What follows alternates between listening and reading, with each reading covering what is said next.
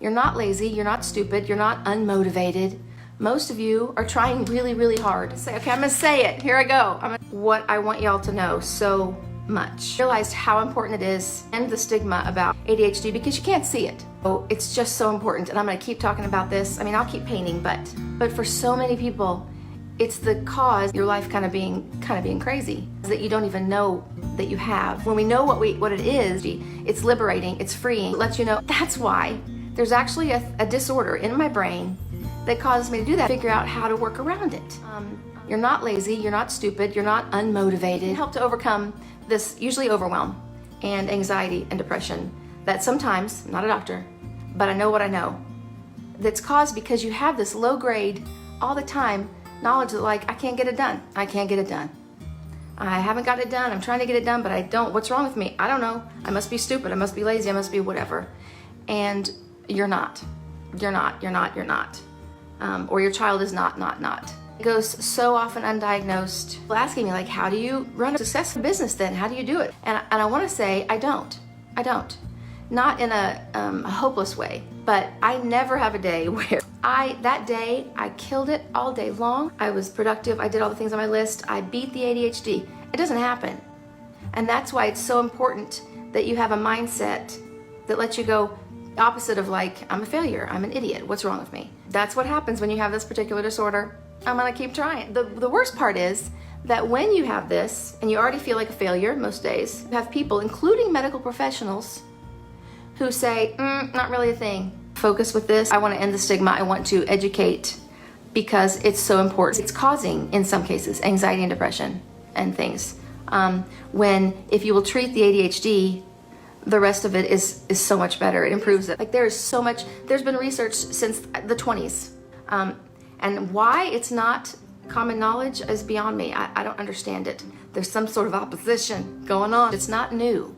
I'm not making up this stuff. It's responsible for ruined lives, feel self-conscious. It makes you feel, because you're a people pleaser, usually most of us are. And so you don't want to be annoying and you don't want to be irresponsible and you want to do the right things.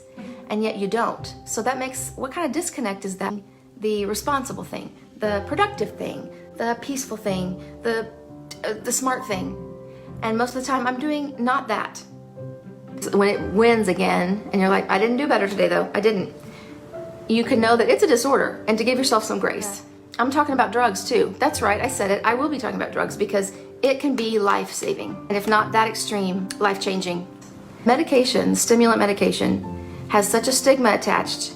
But what happens is people that say, I don't want to take it or I don't need it, instead, what they're doing is self-medicating, more caffeine, alcohol, drugs that are like, gambling. I don't know, the things that that keep that part of your brain stimulated that needs stimulation, and it damages their life. Damaging as you think that drugs are, life-changing. It makes your brain behave the way it should, and yet it's the most underdiagnosed, undertreated. That's bad for you. Really?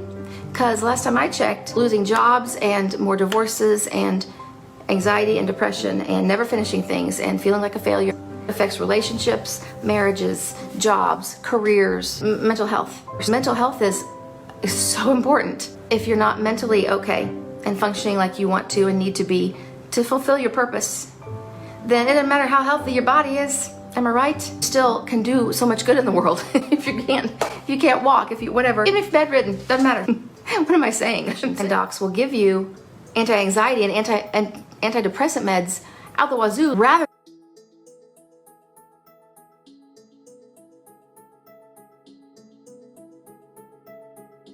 than giving you stimulant medication. I'm not a doctor, simply legally, whatever. I can't. These are facts, I guess, but they are. They don't fix your ADHD because they're not gonna. And so then you're like, that failed and I'm still a failure because I still can't do the things and I'm still a mess. And just a few hours of being able to focus on something and use that level of your brain that God gave you, it makes all the difference in the world. Success breeds success. Like you have this thing you finished and it makes you go, I can do this, instead of the hopelessness that happens when you think day after day, year after year, I can't do it, I tried, it's not ever gonna happen, what am I gonna do?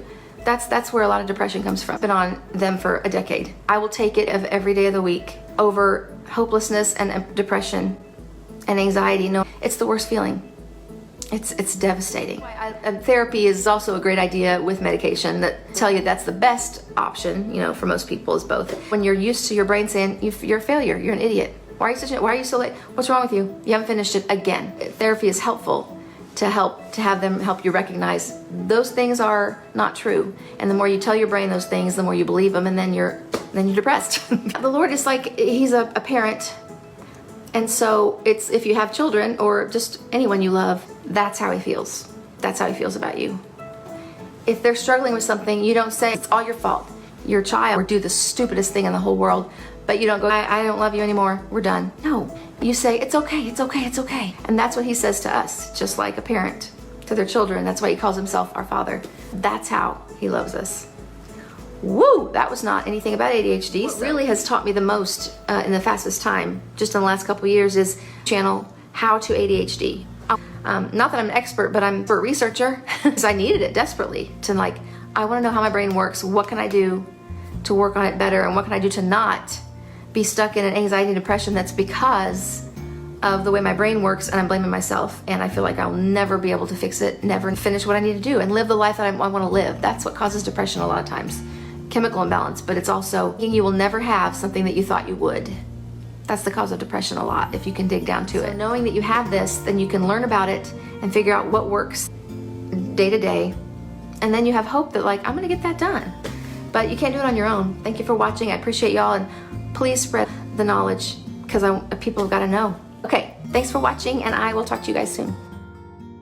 I interrupted myself, which is also what happens a lot.